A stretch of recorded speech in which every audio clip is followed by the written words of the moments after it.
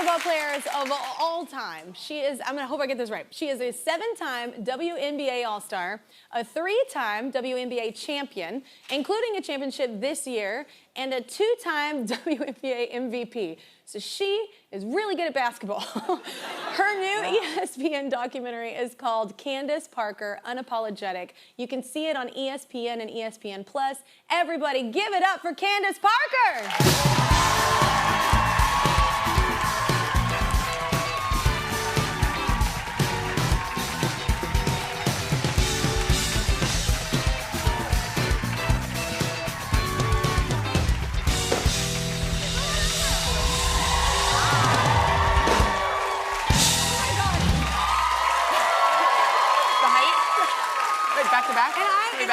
And I'm like in a really big heels. Like, it's fine, it's fine. It's beautiful. You can reach everything on the shelves.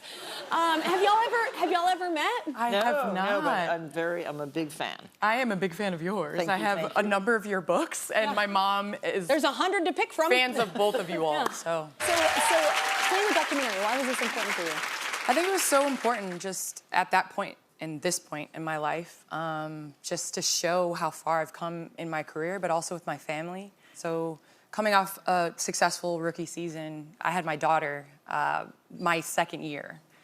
And that was the first question was, you know, what about your career?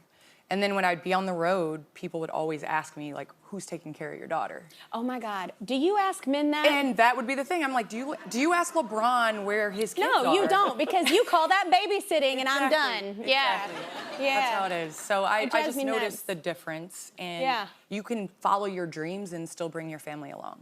Absolutely. You know, I find it more powerful.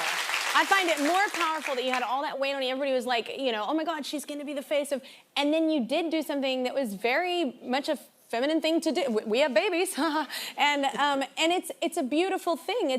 What sucks for you, and I just want to apologize for humans that are mean, is that should have been a beautiful time for you. That should have been a beautiful moment for you to be like pregnant, because you always wanted to have a kid, right? Always. Yeah. From a young age, I was playing house. I had 4 kids, all my names picked out for my kids before. We were so different. Yeah.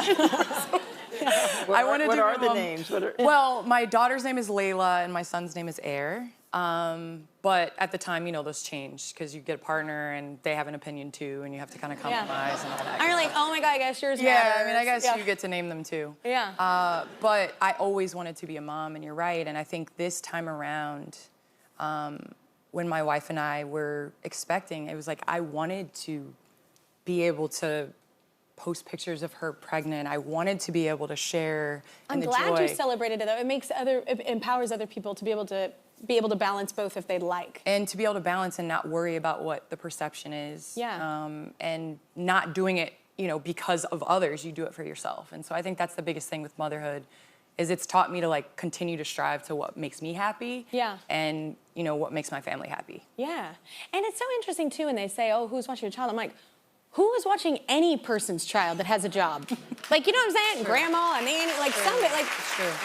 Well, we have all dealt with divorce, so which is horrific. What's it like for y'all? Like in the public eye, mine was very public. That's very hard, because I know a lot of people deal with divorce, even at work, and it's like you have to show up, you have to smile, you have to do your job, but you're kind of dying inside. Like, how is that for y'all? No one wants this therapy session I was just now. Yeah, yeah. I got divorced during my wedding book tour.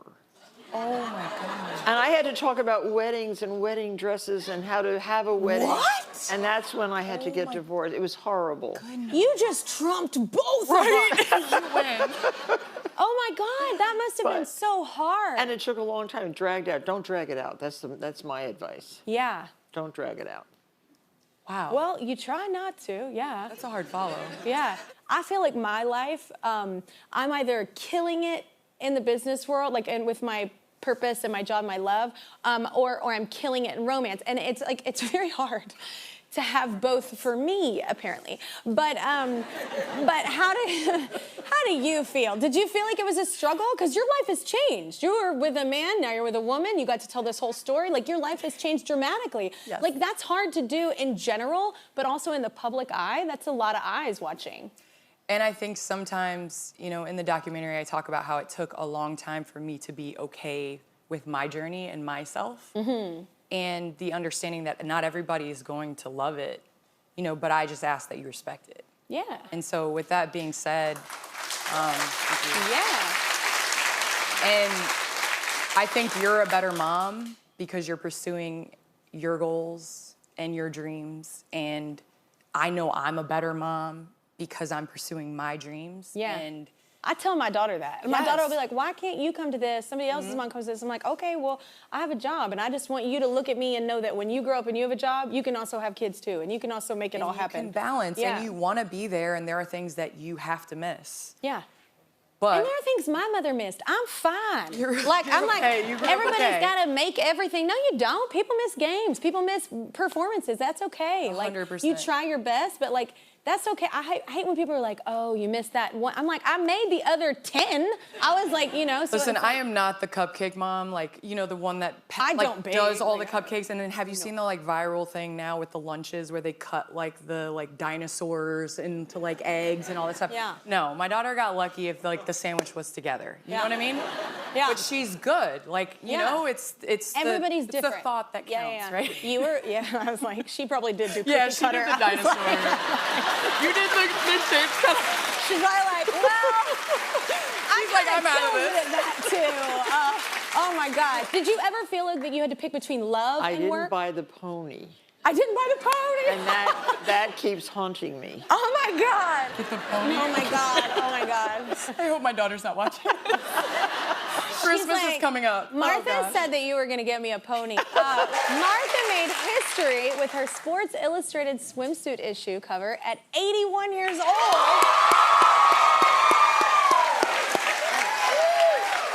First of all, ma'am, Goodness. every 81-year-old out there is like, this is not like the others. Like, this is like it's incredible. Why now? Like, this is incredible. I wonder. I They never asked me before. Yeah. I would have done it when I was 40. I looked great at 40. Well,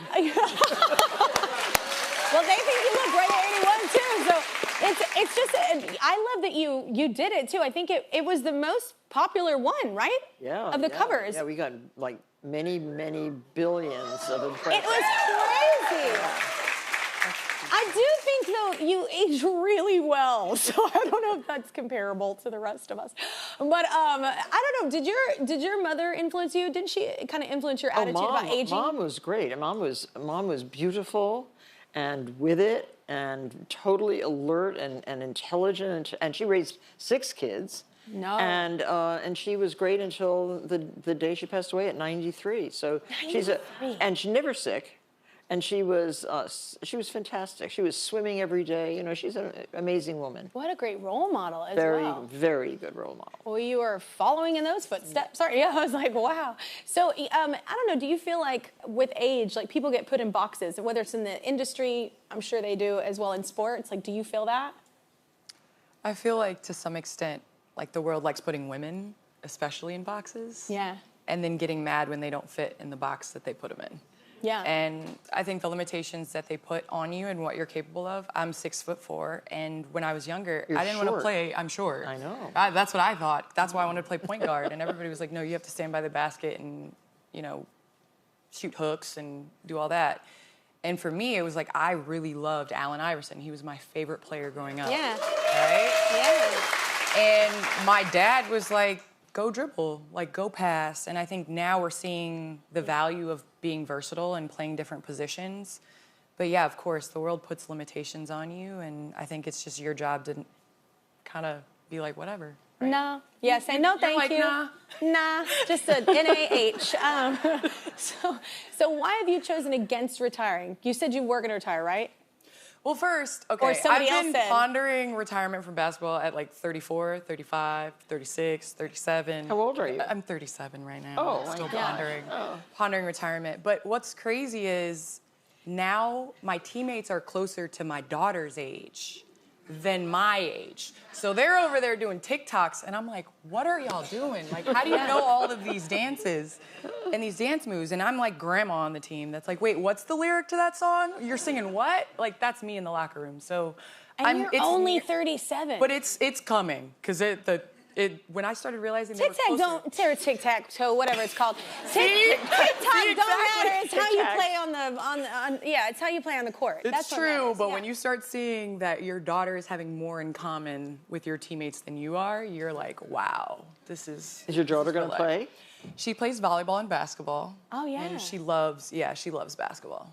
I didn't know this, but some WNBA players, they have to get second jobs because the pay. Yeah. Is that still like happening? 100%. For the first 10 years of my career, I went from April to October in the WNBA and from October to April overseas. So I played in Russia, I played in Turkey, I played 2 years in China. And my daughter was a 5-month-old baby, packed her up, 12 bags, went to Russia. Yeah. That was what, and still is, the reality of a lot of WNBA players. And, I think it's just important to understand that, like, when that, corporations, organizations, they put women on television, women's sports. I mean, now everybody's catching up, but it's been a thing. It's just that the visibility wasn't there. And so now I think the more visibility that women's sports has, the more sponsorship, more equal pay. Right. Exactly. Yeah. It's going to happen. Yeah, because that's insane, the difference between men and women.